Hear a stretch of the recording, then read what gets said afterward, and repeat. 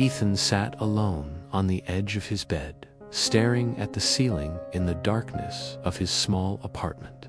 The clock read 2:47 a.m. Another sleepless night. Another night filled with questions he didn't have the courage to answer. His phone buzzed on the nightstand.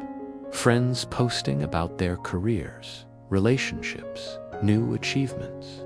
Everyone seemed to be moving forward, except him. At just 21, he already felt left behind. His father used to tell him, "Son, you need to have a plan.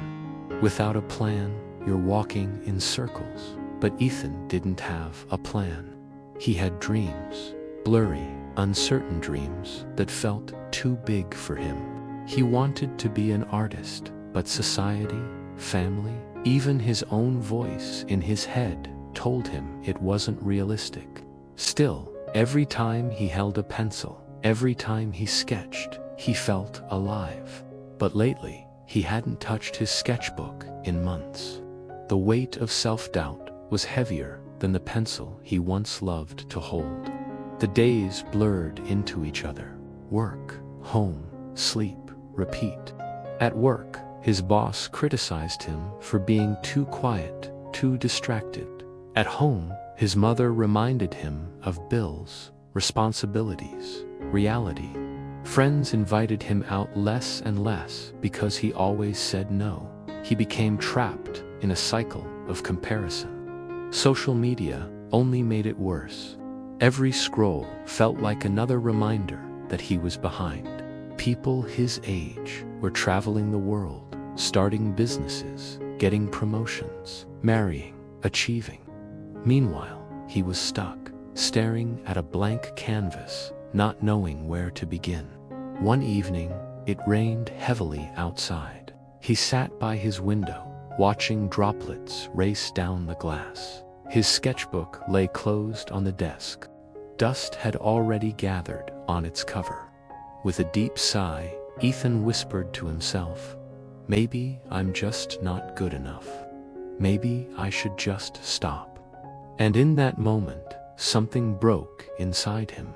His heart ached, not because he couldn't succeed, but because he had given up before he even tried. Weeks later, he went for a late-night walk to clear his mind. The city was quiet, streetlights glowing faintly in the mist. As he passed by a small bookstore, a poster on the window caught his attention.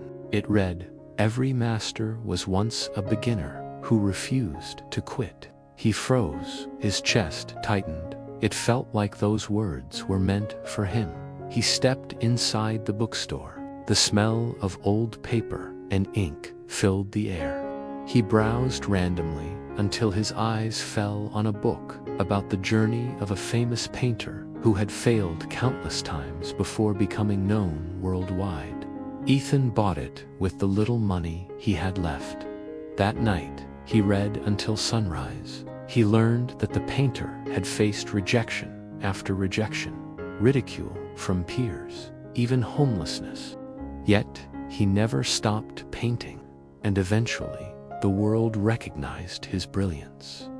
Ethan closed the book, tears in his eyes. If he can go through all that and still keep painting, what's my excuse? For the first time in months, he picked up his sketchbook. His hand trembled, but as the pencil touched the paper, something inside him lit up. A faint golden glow seemed to radiate from the pages, not real, but something he could feel. Hope.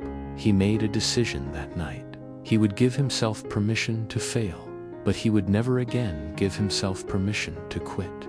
Every evening after work, no matter how exhausted he felt, he sat at his desk and drew. At first, the drawings were messy, imperfect, awkward, but he kept going. He posted them online, not caring about likes or followers, but about keeping himself accountable. Weeks turned into months. Slowly, people began to notice. His sketches started receiving comments. "This is beautiful. You have so much potential. Keep going." But the real change wasn't in the praise. It was in his heart. He no longer drew to impress. He drew because it healed him. He drew because it reminded him of who he was. One rainy night, the same kind of night he once thought of quitting, he sat at his desk again. But this time, the room glowed with warmth. His painting on the canvas seemed alive, glowing faintly with golden light. He realized that hope had never left him. It was always inside, waiting for him to pick up the brush again.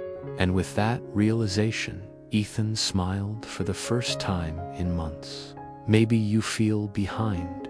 Maybe you feel lost. Maybe you've compared your life to others and thought you're not good enough. But remember this, you don't need to run someone else's race. Your journey is yours. Your timing is yours. And the moment you stop comparing and start creating, you'll discover the glow of your own golden light. So don't quit. Don't let the dust settle on your dreams.